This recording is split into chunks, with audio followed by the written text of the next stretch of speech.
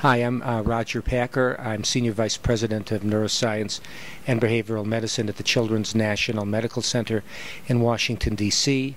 By trade, I'm a child neurologist and proud of it. And my experience has been predominantly caring for children with brain tumors and with neurofibromatosis. In neurofibromatosis, I presently am group chair of the Department of Defense-sponsored Clinical Trials Consortium. And we run a lot of trials through the consortium and also run trials through our own institution, Children's National, and other national organizations. All right, Dr. Packer, could you discuss a little bit your relationship with the Children's Tumor Foundation and the DoD and your relationship with the consortium? You know, what we've learned in the long term is that neurofibromatosis, both type 1 and type 2, are terrible illnesses that need multidisciplinary approaches.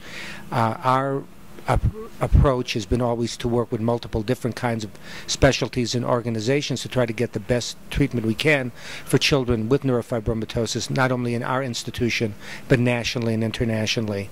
The CTF plays an extremely important role in this. For many years, they were really the only voice for scientific investigation in the field of neurofibromatosis.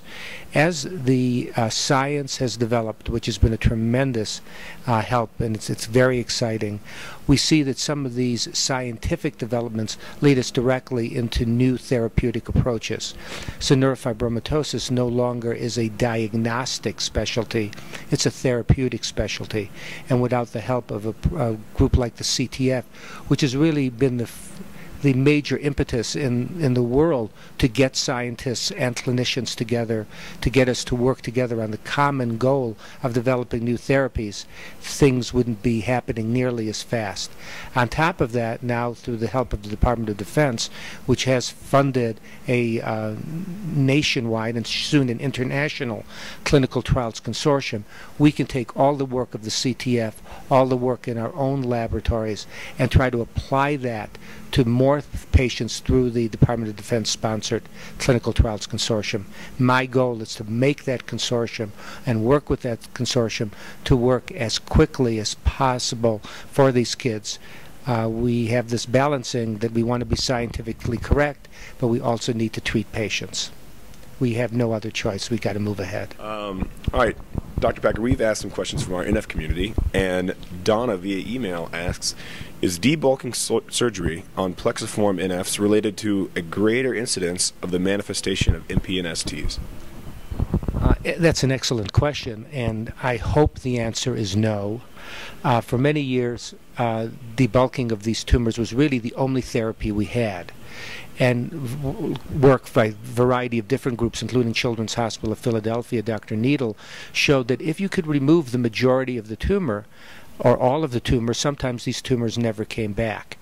There is that two-edged sword that sometimes you get these tumors angry.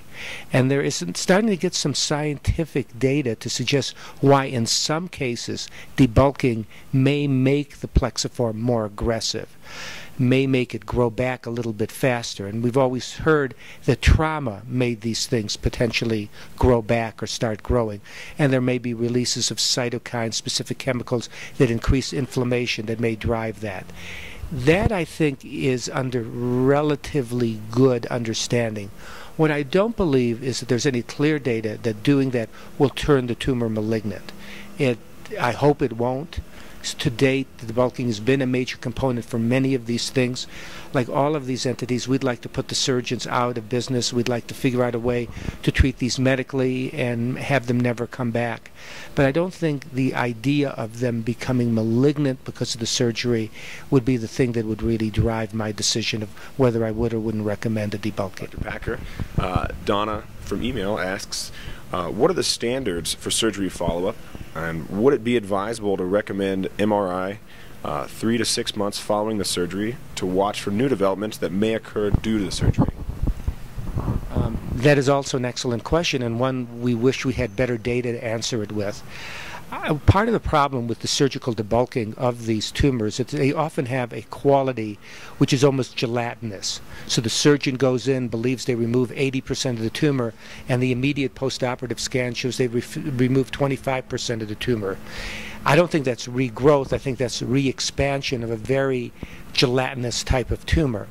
So what we recommend is following surgery, somewhere in the first 2 to 3 weeks after surgery, a baseline scan.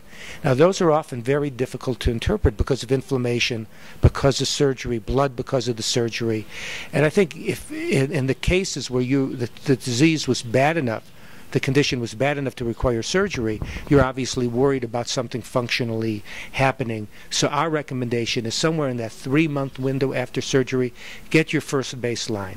If the tumor is really removed, maybe you can wait a year for the next scan. If the tumor is still there, probably in that 6 to 12-month window, get another scan, look about what's happening.